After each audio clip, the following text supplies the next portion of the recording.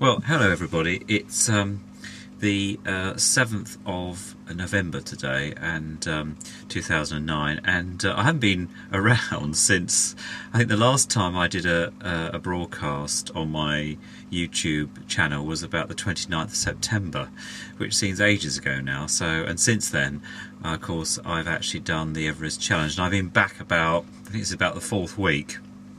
And that was a fantastic experience. I spent 2 weeks in Nepal and climbing to the second base camp of Everest on the Everest Challenge, along with 11 other trekkers. And in fact, I have got a series of videos. Obviously, because of YouTube, we have to cut those down to about 10 minutes. But in fact, I took over 5 hours of film, and you think 5 hours of film, Richard? That's quite a lot of filming. But in fact, when you actually look at that, I've actually chopped it down for far less than that, because you'd actually get bored stiff with me looking at me and all the people on that trip, although they probably would quite enjoy it. So I've actually got it down to probably just about 2 hours, and even that sounds a long time. But in fact, when you watch it, it's quite interesting, the places that we went. But so that will follow, but I haven't quite finished that yet. I'm just putting some music on one of the tracks and to underpin some of the scenes there. But it was a fantastic experience, and but that wasn't why I'm doing this broadcast today. I've actually, when I came back, I had a week's holiday just to recover, which I probably needed because I spent most of the time either sleeping or eating, or both. But I've actually completed the restoration for the Philco, so this is video 10 of that series of restoration videos. The funny thing is, this afternoon, Mr. Philco here has decided that the record player deck doesn't want to turn off once the drop's gone on, so I think the switch is sticking underneath, and I'll have to wick the deck out just to do the return switch on there. But I thought it'd be quite a good idea for us to just have a look at what I have done. Remember the last one, and I had to watch the last video to remind myself where we were with that. The last video, I actually was going to put some feet on, and I've done that. Those 4 feet are on. That works very well. I can't really show you because the thing's on the right way up. And also, I just had the strap handle to put on, which I've still got to do, but that won't take many minutes. So, but the rest of the case has been completely refurbished now, and I won't re-bore you with all of that. But I thought this afternoon, what we could do is actually play some records, and I did promise one of my YouTube friends, Doug from Curzon Road, that I'd actually play the Continental by the Boston Pops as a test record once I got it all back together, and it is working extremely well, so I'm quite good at, except she's slowing down. Okay. Oh, okay. Well, the strangest things never happen. Oh, we'll decide to stop now. Okay, so the switch has obviously reset itself. Right, okay, well, obviously got a mind of its own, which adds to the character. But I'd also thought I'd play this afternoon some of my El Bowley records. Now, one of them, Melancholy Baby, which is one of El's iconic records, when I played it on the gramophone, there was several people commented they thought it was going a bit slow on the wind-up acoustic gramophone. So I thought I'd play it again this afternoon, and then you can see the difference. And I think there probably was a slight slowness, because obviously, even though the wind-up motor was going at 78 RPM, sometimes there's a variation on how the records are made. So I thought we'd do that as well. So this time we'll do that as well. But first of all, I thought we'd just get the Mr. Philco here working and play the Boston Pops. So here we go. So this is, hopefully there's a few minutes left to do that. So I'm just going to adjust the camera actually at that point. If I bring that down.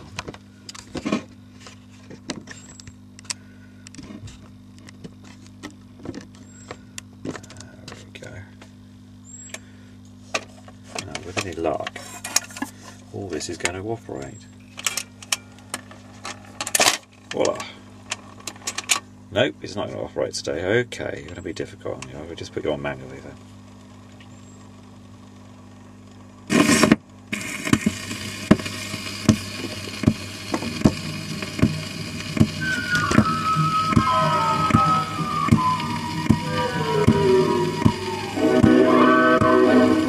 Obviously that crack is causing a problem now, so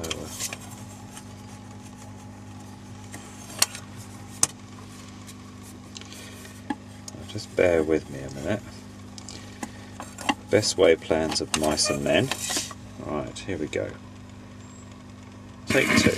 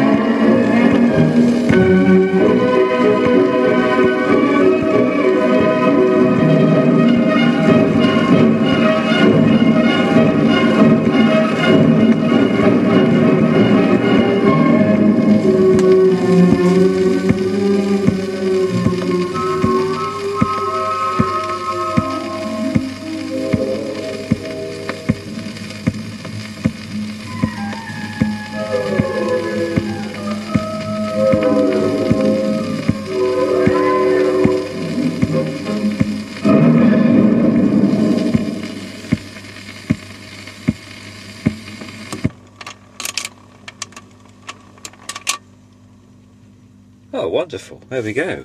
We decided to turn off as well, so there must be something good in that. Okay, let's just get that. There we go. That's better. Right. Okay, well, there was still a slight clicking there because unfortunately this record was actually broken. It was one I used this as a test, and there is actually, I think you can see that there is quite a nasty crack in it, but with the stylus being, the arm being quite light, often I can get away with it, so I hope Doug enjoyed that for what it was worth. I was just looking up BSR record players on the internet, and just a note really. They actually ended up being taken over by two further companies, a Japanese company, and then the whole lot went bust. But their history goes back to about 1932, which is quite interesting. And I think the height of their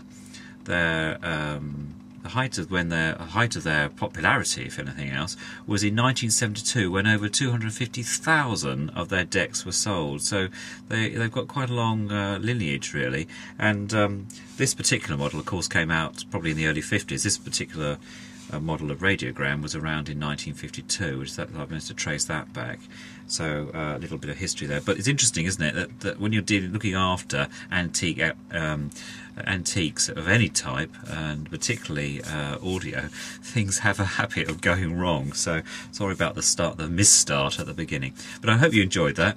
And what I'll do is I will obviously put on some El Boli. I'll put the next one on, Melancholy Baby, and we'll see whether the difference between that one and the one that's played on the cello some while ago when I started making videos, about a year ago, I think it was. So anyway, thanks for watching, and see you soon.